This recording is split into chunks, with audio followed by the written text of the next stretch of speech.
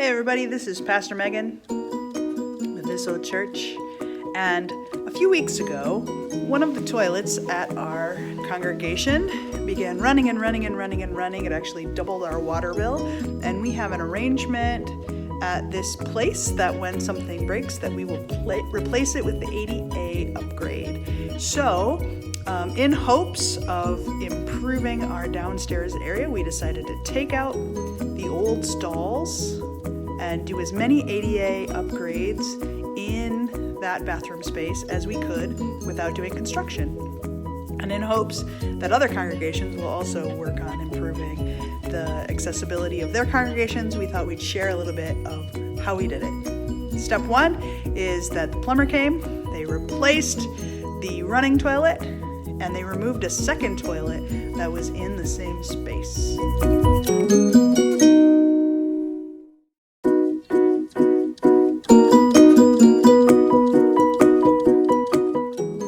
After the toilet was replaced and the other was removed, then the next step was to remove the old metal stalls, which proved problematic because after years and years of painting and repainting, access to the screws was really poor. So at sometimes we had to knock the screws out with force, which did some damage to the walls behind them. But if you watch the video on how to repair walls, you'll learn what we did to fix them up.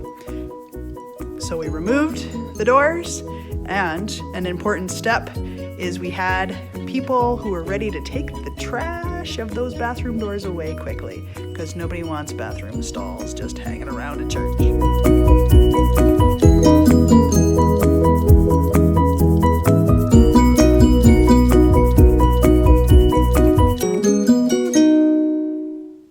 Our next step then was to start removing the hardware off of the walls so that we could repaint.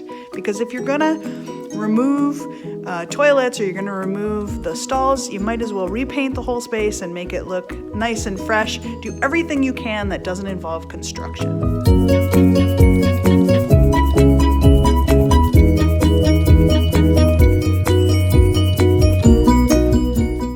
Then we repaired the old linoleum. We didn't pull it out, we repaired it by finding vinyl glue, taking the places where it wasn't stuck to the ground anymore, putting the blue glue on.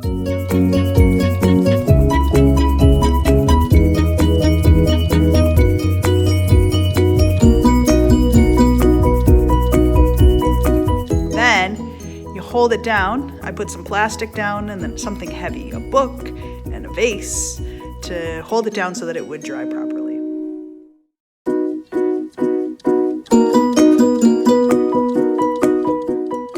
Fill in the hole where the toilet used to be, I used a special patch that's made for flooring. You can usually find it in a Home Depot in the flooring aisle. It takes a really long time to dry, so make sure you don't paint over it too quickly. That was a problem for me when some of the steps would pull some of it back up because it wasn't completely dry yet. It's hard to tell when it's dry. Just give it more time than you think it needs. Get the whole floor as flat as possible.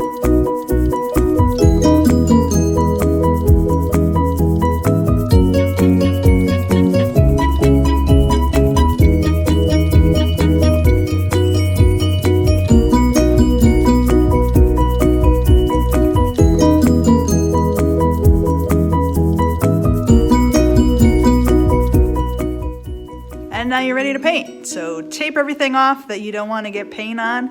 Start on the highest places and work your way down. So do the ceiling first, then the walls, then the floor, right? Because you don't want to drip.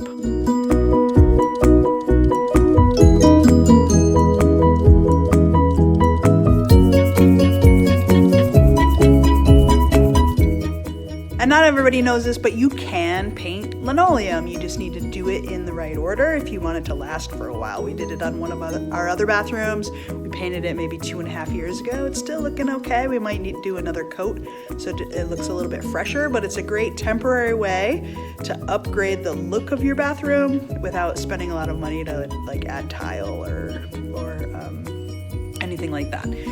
Step one is you put stain resistant primer down. I'm the kind of person I like to skip the primer step, or I get a paint that says, oh, you don't need primer.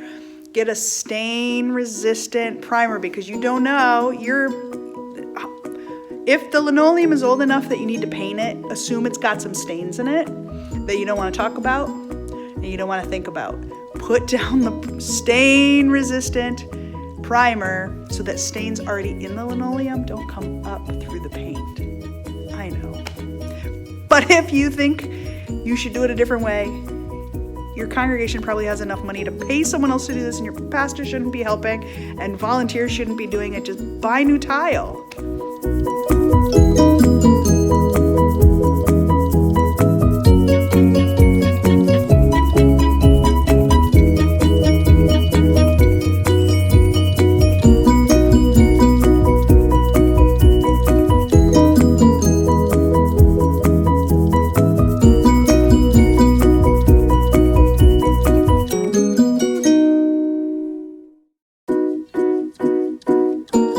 So after you've primed it, we primed it 3 times because stain-resistant primer, very old linoleum. So prime it as many times as you need it to finally make it white. And then you're going to apply porch paint. Porch paint is made to be rugged. It's made to be stepped on a lot. All of the things that happen outside on a porch are things that could potentially happen in your bathroom. Hopefully not, but they could. So get porch paint. We use this gray because it's the color my grandma has on her porch, and it makes me happy. You can pick a different color if you want to.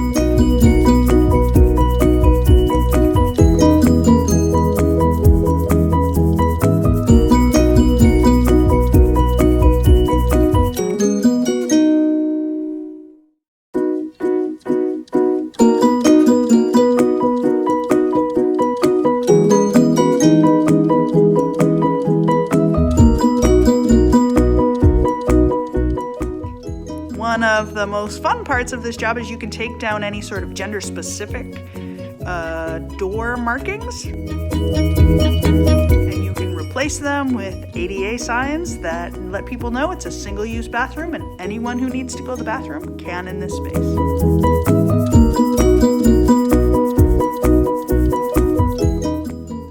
So once the paint dries, then you can start putting your accessories back up. And what you'll want to do before you start putting them up is look at schematics online for the proper ADA requirements where you live. Here's a diagram that I used.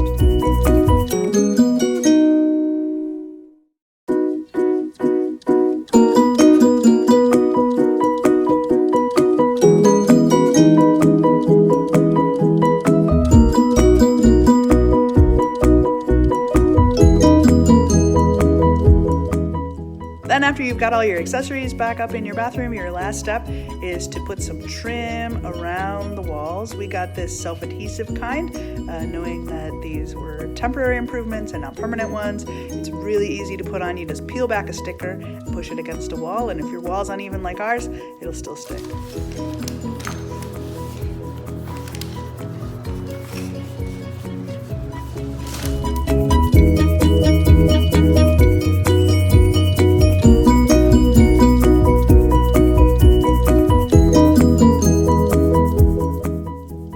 So there you have it. That's how we transformed a bathroom with stalls into a bathroom that's as ADA accessible as we can make it without doing construction. Having known congregations who've had to sell their buildings because they were unable to rent them because they didn't have ADA accessible bathrooms, or congregations that were not open to be able to welcome all people because they weren't able to offer them spaces of public accommodation. This is a really important task that you are even considering moving forward with in your congregation, and I want you to know that I'm super proud of you for thinking about it, and I hope you only take on the parts that you feel like you can be successful doing and hire folk to do the rest.